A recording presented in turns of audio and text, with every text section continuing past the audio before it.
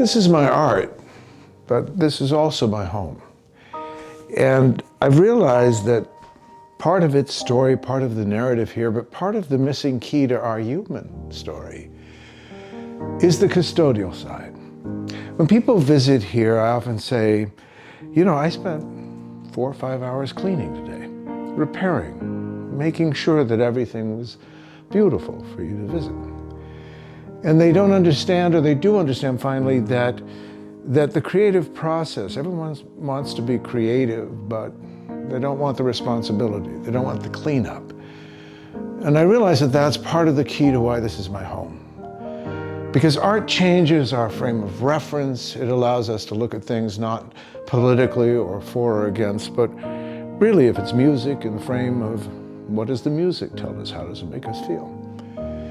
And I realized over the years here that so many of the things that happen, so many of the books we see, the shelves here, all the furniture, I built. And we began with just a ordinary ranch-style home, human scale, with a linoleum floor.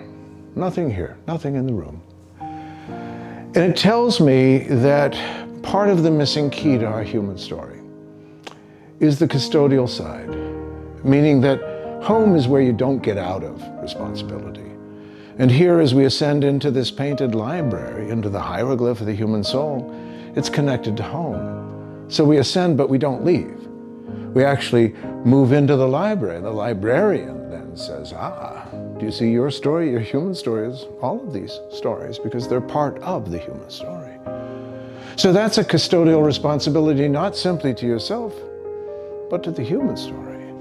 How do you take care of it? What do you pay attention to? And so here at the threshold, if we cross this threshold, essentially forever, we'd start in the dark of the cave behind me, where there'd be nothing but a dream of what does it mean to be human? And like leaving our mother's womb, we would leave into these worlds over and over again until finally they would come full circle.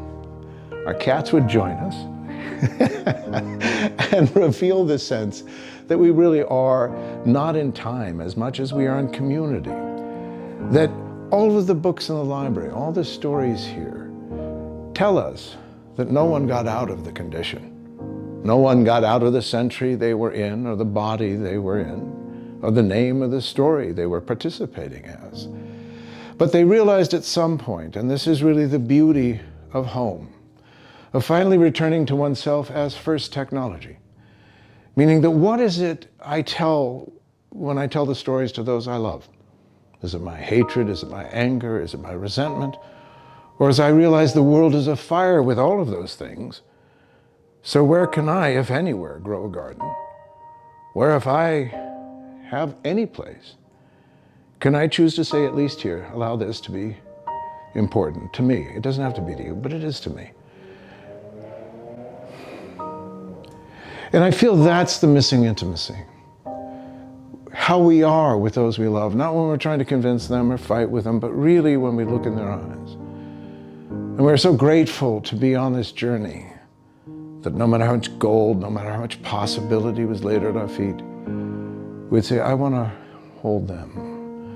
I want my story to be worthy of them. And I want my disappointment not to be the toxicity I give them. But like the library here, like the art here, I want the arduous story of being human not to be about how meaningless it all is because it's so hard, but more the 24-hour-a-day version. This room, this great room of imagination, is just another room in a house. Think about our psyche, right? Psyche has different rooms. Upstairs, the imagination. Downstairs, structure. In between, the heart, the belly. As above, so below, but in between my heart. Meaning if I love, I'm not using something to escape. I'm ascending to respond to a greater call that, at least where I love, let me be the one who shares this with those I love. And let me be the invitation to community that says, at least here, we'll honor these things. And that's why this is here.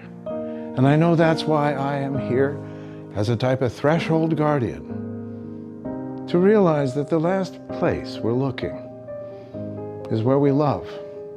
And we think our power is in the ferocity of what we hate and the banality and stupidity of endless violence and heinous criminality and mistreatment and human cruelty.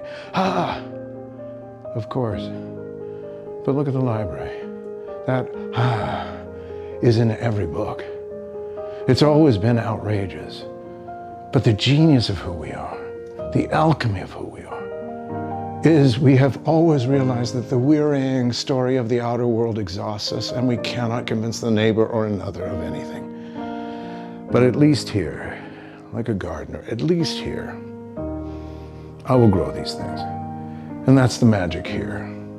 None of this came from the conceit of doing something for another, except the sense of the essential need to say, at least where I live, let me tell the better story, and let it begin by honoring those I love. And I realize as we step back here, I don't just love this family. I love the whole and holy human family. And I've found that when we navigate that, we forgive the centuries and the stories and realize it's up to us now to put it together in a way we can live with. Custodial responsibility.